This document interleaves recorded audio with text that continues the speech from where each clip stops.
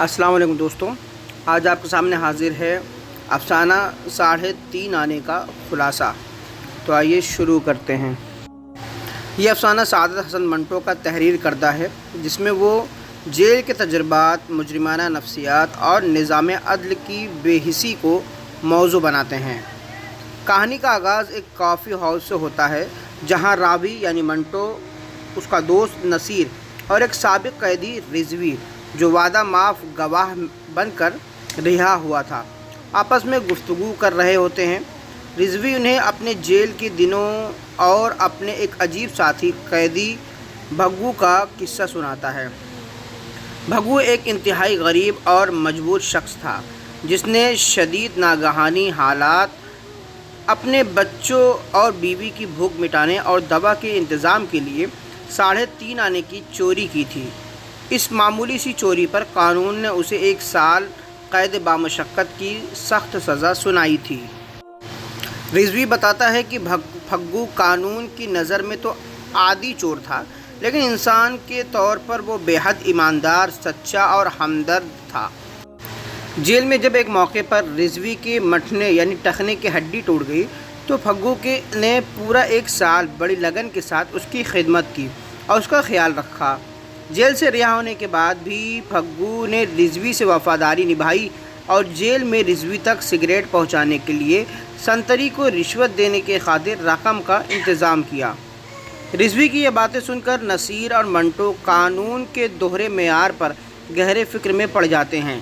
अफसाना इस बात को उजागर करता है कि हमारा कानून और माशरा गरीब के छोटे से जुर्म और उसके पीछे की मजबूरी को तो सख्त सज़ा देता है, लेकिन बड़े बड़े मुजरिमों और निज़ाम के खराबियों पर खामोश रहता है। अफसाना यहीं पर मुकम्मल होता है। आइए सवाल व जवाब को देख लेते हैं। पहला सवाल है, अफसाना 3.5 आने किसका तहरीर करदा है? तो जवाब है सादत हसन मंटो। अगला सवाल है, इस अफसाने में 3.5 आने की चोरी करने वाले मरकज़ी किरदार का नाम क्या है? तो जवाब है भग्गू। सवाल है, भग्गू को 3.5 आने चुराने पर अदालत से क्या सज़ा मिली थी? तो जवाब है 1 साल कैद बामशक्क़त। सवाल है, भग्गू ने 3.5 आने की चोरी किस मजबूरी में की थी? तो जवाब है बच्चों की भूख मिटाने, दवा और रोटी के इंतज़ाम के लिए। अगला सवाल, जेल में रिजवी की मठने की हड्डी टूटने पर 1 साल तक किसने उसकी खिदमत की थी? तो जवाब है भग्गू ने।